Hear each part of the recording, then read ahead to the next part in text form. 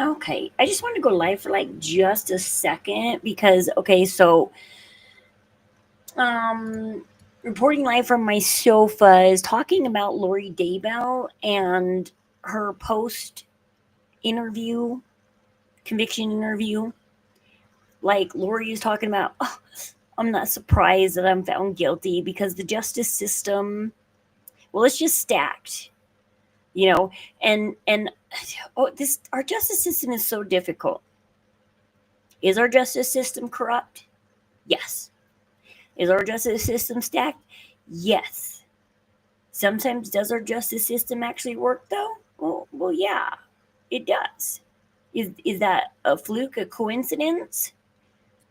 Well, if you watch the juror interviews on Lori Daybell, they said that they could, like when they got out of the courthouse, people were saying, "Hey, did you know that Lori unalived her two children?" And they're going, "No, she was in court for Charles Vallow, her ex, not her kids." And um hmm, they were like, "Well, something fell off about Lori." They're like, things just didn't add up. And so here's what I think. Okay, it's like, how do you tell if our justice system's corrupt? Most likely, if somebody's taking a plea deal, the system's corrupt and stacked. And you're guilty before proven innocent. You're being threatened, and you just take the plea deal just to get out of it because jury trial is so unsure. But sometimes jury trial works out so perfect, like this jury saying, we knew the story wasn't adding up. We knew. And when I went to jury trial, like you could tell, like the two witnesses that were for the prosecution, their stories weren't even matching each other's. And their stories weren't matching the 911 tapes. My story matched the 911 tape. And so you could tell when somebody's story is off. And that's when the justice system works, is when you have a good jury, and that jury, not like in OJ's case where they're like, oh, we spent 9 months watching trial. We just wanted to get out of there as fast as possible. So like we just said like OJ was innocent, okay? Cause like the prosecution wasn't very entertaining anyways. And so and it's like so the prosecution wasn't entertaining. So you okay, whatever, jurors, whatever. And so that's when you're going. So yeah, like juror interviews are very important. I wish I could have met some of the jurors after my case and asked them, why did you say I was innocent? I mean, I knew I was innocent, but I still wanted to know their thoughts and opinions, what led them to voting for me being innocent. And I wanted to make sure it's like, okay, because I put up the evidence that I was innocent, so that means I did clear and concise prove my innocence, right? Because if they sit there and say, "Oh yes, you're, it did it," and I was like, "Oh great, great, great, thanks."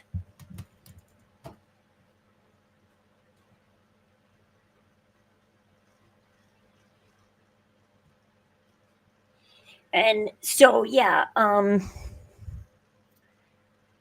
however, we have like a drive-through courthouse now, kind of. I like to look at it like a drive-through, basically. Once you get charged, dismissals are something of the past. Because what happened is, like back in the 90s and earlier,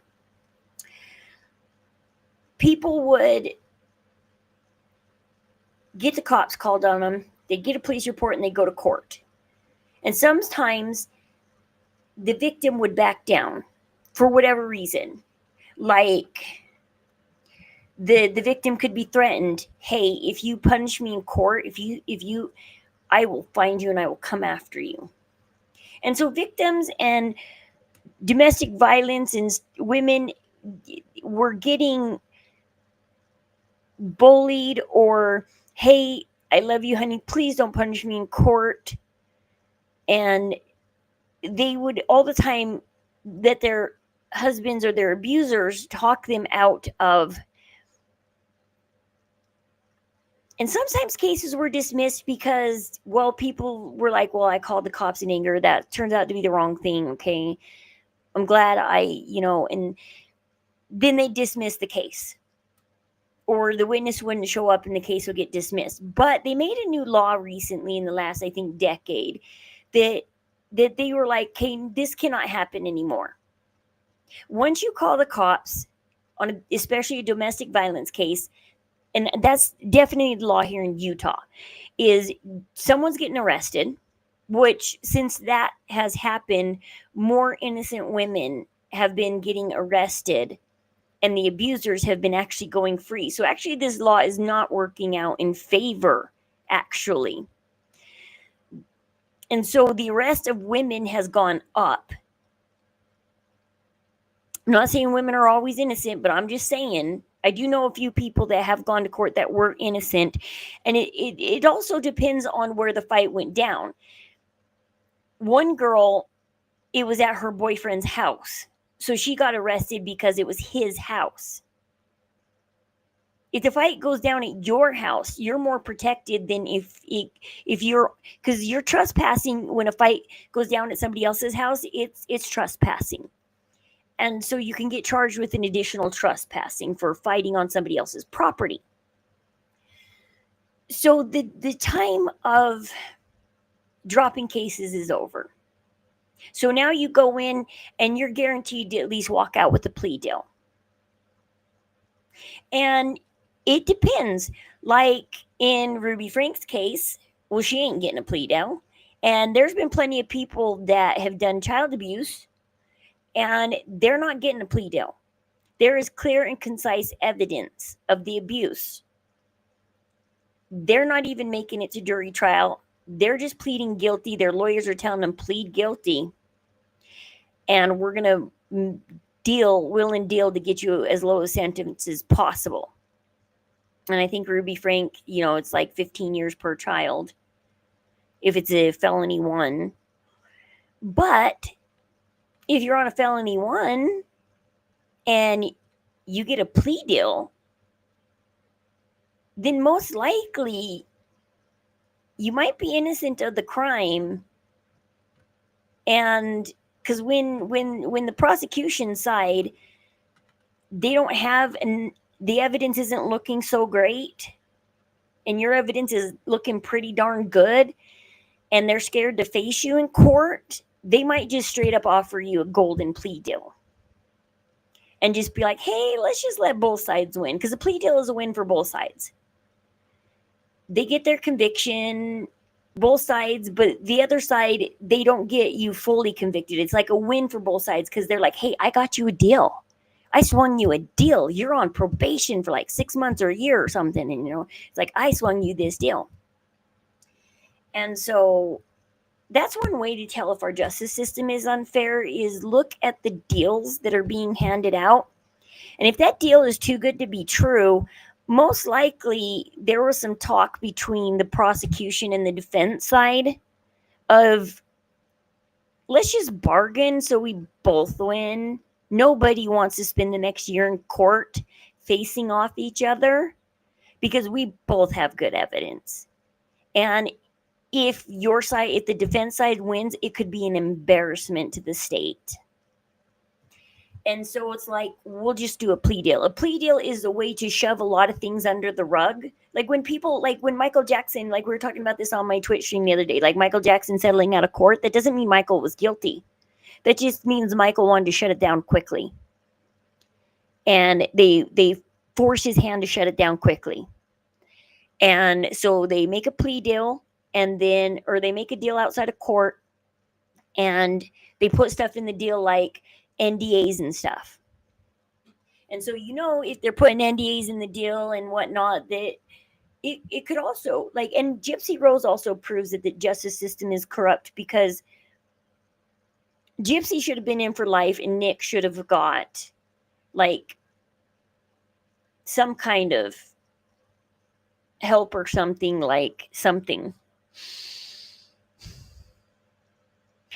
Nick should have got some kind of insanity plea. Gypsy was perfectly sane. And I did her case for a year because of that. We talked about it for a long time. And so, like, Lori Daybell is one of the few times that you see this justice system works. The justice system works. They knew there was something off about Lori. They knew there was something off about her story. You shouldn't look at self-representation, though, as something's off. Because I once was sitting in court and watched this guy say that he wanted to self-represent himself because he was trying to win his kids back.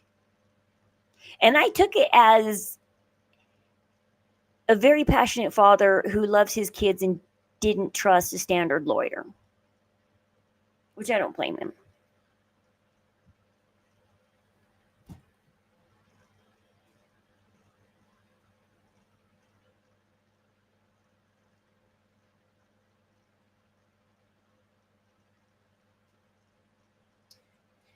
Sorry, I keep making sure my husband's okay. He's out there mowing the lawn. He's not feeling too good tonight, but he wants to get the lawn mowed. So I just keep checking to make sure he's still moving out there.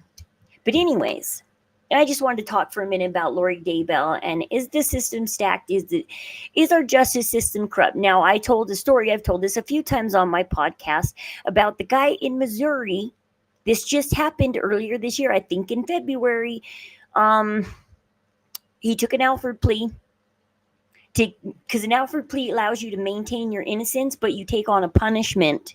So it's like a plea deal. But instead of probation, it's a prison sentence. And so he took a prison sentence of life, but the Alford plea allowed him to maintain his innocence. So he never had to say the words, "I'm guilty." Well, his lawyer earlier this year found blood evidence that he was innocent.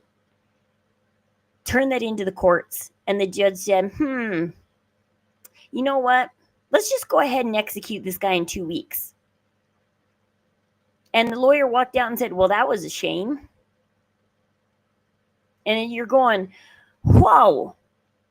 As soon as I heard about this case and then I reported on it after they executed him, and I was like, yep, they did it. Missouri did it.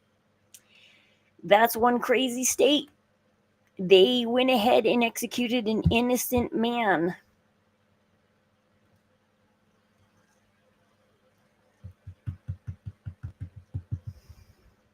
So it shows our justice system is very corrupt, that instead of, and we wouldn't have the Innocence Project either without, if our justice system wasn't corrupt, then there would be no need for an Innocence Project, and people wouldn't be getting out of prison after 20, 30 years and being compensated. Now, what was I going to say? Everybody's mad because the Innocence Project of LA picked up Scott Peterson's case. Now, my thoughts on Scott Peterson's case is there was a true, he does have reason for appeal. He does. And that reason for appeal is DNA evidence on that mattress in that burned down van. Now, does that mean Scott's innocent? I don't know. I've stated that if the the satanic people, did their ritual and stuff and used Lacey and Connor, did he know about it? Did he set it up? So just because they can find proof that he's innocent doesn't mean he's innocent. Just because you're a jerk and you cheat on your wife doesn't mean you're guilty. Is he a jerk? Did he cheat on his wife? Is he scum?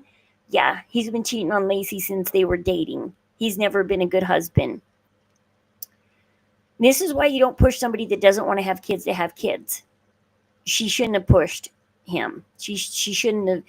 You discuss this before you get married, and if one person says no, then you say, I'm sorry, I guess I'll go find somebody else that wants to or don't want to have kids.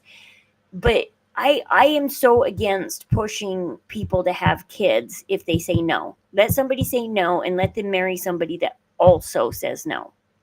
There are perfectly happy people out there that don't want to have kids, and that's perfectly fine. What when trouble ensues is when you force them to have kids. So, is am I victim blaming Lacey? No. Sorry if that sounds that way. I'm just saying Scott had a reason to want to get rid of his wife. He didn't want the baby. But had they tested the DNA on that van, either Scott would have been exonerated or damned. But then he wouldn't have reason for appeal. Do cops get tunnel vision? Yes. And they had tunnel vision on him because I think Scott Peterson, maybe he didn't do it, but maybe he didn't care. Maybe he didn't care about Amber Fry. He didn't care about his wife. He didn't care about any of the other women he was with. He's just a womanizer. He actually doesn't care about anybody but himself. And I think that's what the cops were picking up on. To him, Lacey, live or unalive, it didn't matter to him. He was going to deal with whatever came his way. And the cops picked up on that and took that as guilt. Oh, you're guilty because you're not grieving in the way that a husband should grieve. Well, because he's a bad husband. Do you expect a bad husband to grieve? I don't. So that's why I think Scott Peterson could be innocent. So whatever. Sorry if you're really strongly thinking he's guilty, but without that DNA evidence, I'm not going to say which way on him because I can see both ways. But the cops should have tested everything. They should have done a complete unbiased investigation on everybody. And they believed two people that were robbing a house across the street. Okay, that's kind of dumb. Since when do people burglarize and then tell the truth? It's like, oh my gosh. And people had saw that burglary go down. And it so happened to be the burglary went down at the time that Scott was at his work and Lacey was walking the dog. So I either think Scott didn't do it and just didn't care, or Scott hired or knew something about it and still didn't care. Because what if he heard about that satanic cult because they tried to kidnap a few pregnant women, and what if he heard about them and contacted them somehow and said, hey, I have a wife, I don't want it anymore, by the way. Still makes him guilty, but that would make it so that's why he knows that because why does Scott know that DNA evidence on that mattress will exonerate him? Because does he know they were driving a van? Did he tell him to burn it? Did what? And just for a good laugh or just to frame Scott, did they put the bodies in the same lake that they knew Scott was at that day? Because Scott's like, okay, I'm going to go alibi myself. I'm going to drive an hour and a half to a lake, okay? And they're like, they're like, we know how to get the cops off our backs. They're like, he's going to be at a lake all day. Well, guess what we're going to do? They're like, we're going to go put these guys out at that lake. And when they're found at this lake, Scott will be arrested. So, yeah, our justice system, in Scott Peterson's case, because the cops had tunnel vision from day one, I can't trust their judgment. I wish they had done a complete unbiased investigation. They never looked into really anybody else. And they followed Scott around from December to April for like over 4 months. They tailed him and they had tunnel vision. And they were just set on him from the beginning. And so when that happens, yes, our justice system is corrupt. because that's corruption to get tunnel vision.